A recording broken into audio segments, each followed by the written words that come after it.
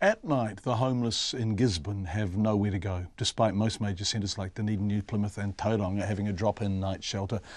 The city has never had one. That's despite some saying there could be as many as 40 people without a roof, sleeping rough on the streets.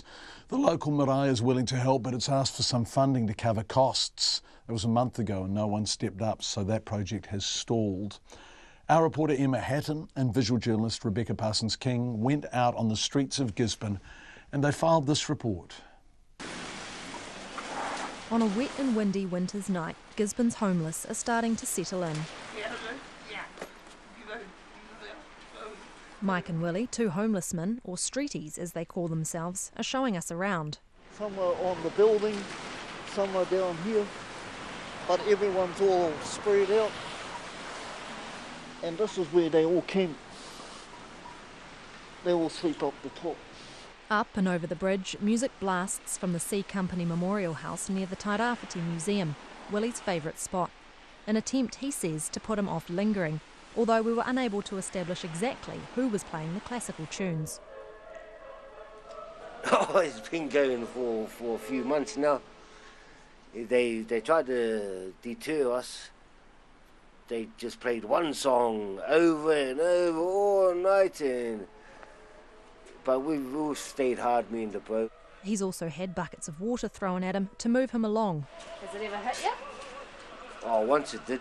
We met the pair through Tim Marshall, who coordinates the Gisborne Men's Centre. He says it's hard to know how many people are homeless in the city. He's heard there's about 15. The council figures say 6. Mike tells me sometimes it's as high as 40. A shelter would help clarify the scale of the problem, and Tim says it would help him get a handle on what might help those who don't have a roof over their head. But he says finding a place is proving difficult. You know, nobody's been falling over themselves saying, hey, we've got this place for those guys. I have had a conversation with one of the local marae here who actually did say that they would be in a position, but they really needed some resourcing with it, like to offer their space ongoing, which is fair enough. And so I was actually part of a conversation with some people from government, and it included council representation and district health board and that sort of thing, and so who I thought had some resourcing. And when I went back to say, well, if the marae's up for it, I kind of was silenced, really. In an email, Gisborne's Mayor Meng Foon says the Salvation Army and local iwi provide emergency accommodation. And he also says the council's been lobbying for more mental health services in the region, which the men might benefit from. But Tim Marshall says these men live day to day. Some nights they might use the shelter, sometimes not. Some are at the stage for counselling, but others aren't. He says keeping it simple is the best place to start. I don't think it needs to be too complicated. It doesn't need to be, and there's enough, I thought, willing people to volunteer their time. Everybody in this community drives past these guys, see them walking around the streets, they know about the situation. So really it's about motivation and willingness to support and address it. You know, tonight's another cold, wet night, and I just feel for those guys. Willie says he'd use a night shelter, but he's not holding his breath for one. Yeah, that would be good if it goes ahead. Like everything seems to be said, but nothing's done. Yeah.